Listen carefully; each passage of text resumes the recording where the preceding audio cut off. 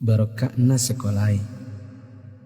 Ada yang bertanya sama saya ketika saya berbicara di suatu majelis. Mengapa sekarang ini sepertinya sekolah kehilangan kesaktian untuk membentuk hati anak-anak kita?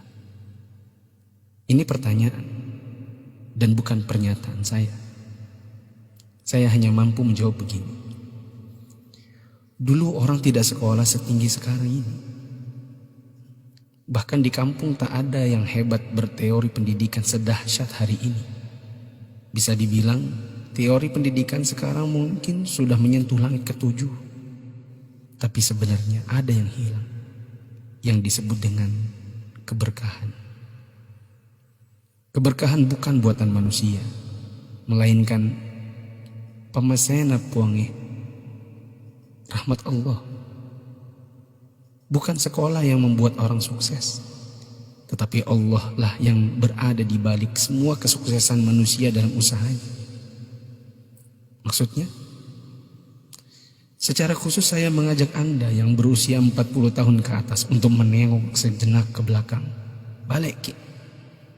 Ingat waktu kita sekolah di SD, yang nafas tak baru setengah-setengah, kita sudah disuruh ke sawah, membantu guru matanik menanam padi, membantu guru mencari kayu bakar di darat, di kebun, mengambil air untuk dipakai guru di rumahnya, disimpan di gumbang.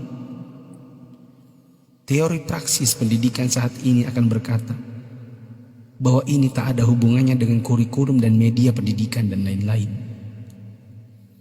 Kita disuruh mengerjakan pekerjaan oleh guru yang seakan tiada hubungannya dengan akademik. Bukan itu saja, bahkan mungkin kita pernah menjaga jualan guru. Tak hanya itu, kita kalau dipukul oleh guru hingga setengah hidup, atau masengo, mimisan, akibat pukulan mister kayu guru dan jangka pelingkar yang ujungnya runcing. Disinilah intinya. Atas itu semua, pernahkah orang tua kita protes? Pernahkah orang tua kita mengeluh dengan tugas-tugas tadi? Pernahkah orang tua kita melarang kita ikut ekskul dalam tanda kutip yang saya sebutkan tadi, mencari kayu, mengambil air? Sama sekali no. Orang tua kita tidak pernah mempersoalkan. Inilah mata air yang mengalirkan keberkahan. Atas kesabaran orang tua terhadap dunia persekolahan, Allah pun turun dengan tangannya. Dia membalas kebaikan hati orang tua atas penghormatan terhadap guru dan eksistensi sekolah yang bahkan mungkin dengan segala kelemahan. Tak perlu pakai teori pendidikan, sebab orang tua kita tak paham itu semua. Tapi teori dan kehendak Allah yang berlaku. Inilah yang disebut dengan barakah, keberkahan. Boleh jadi kita sudah jauh berjalan, tapi mari kita tengok sejenak betapa hebatnya pendidikan orang dulu.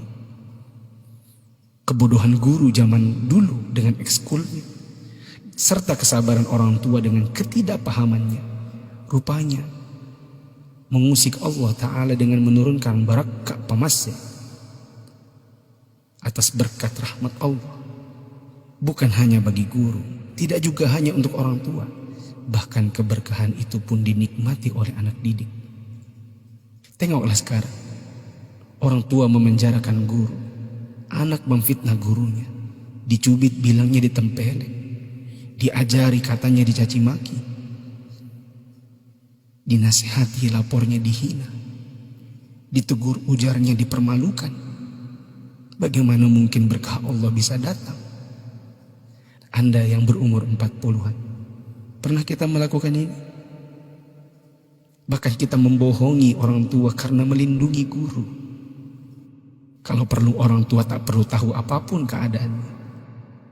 Itulah sebabnya di akhir sekolah dahulu kita selalu menyisakan air mata kebahagiaan.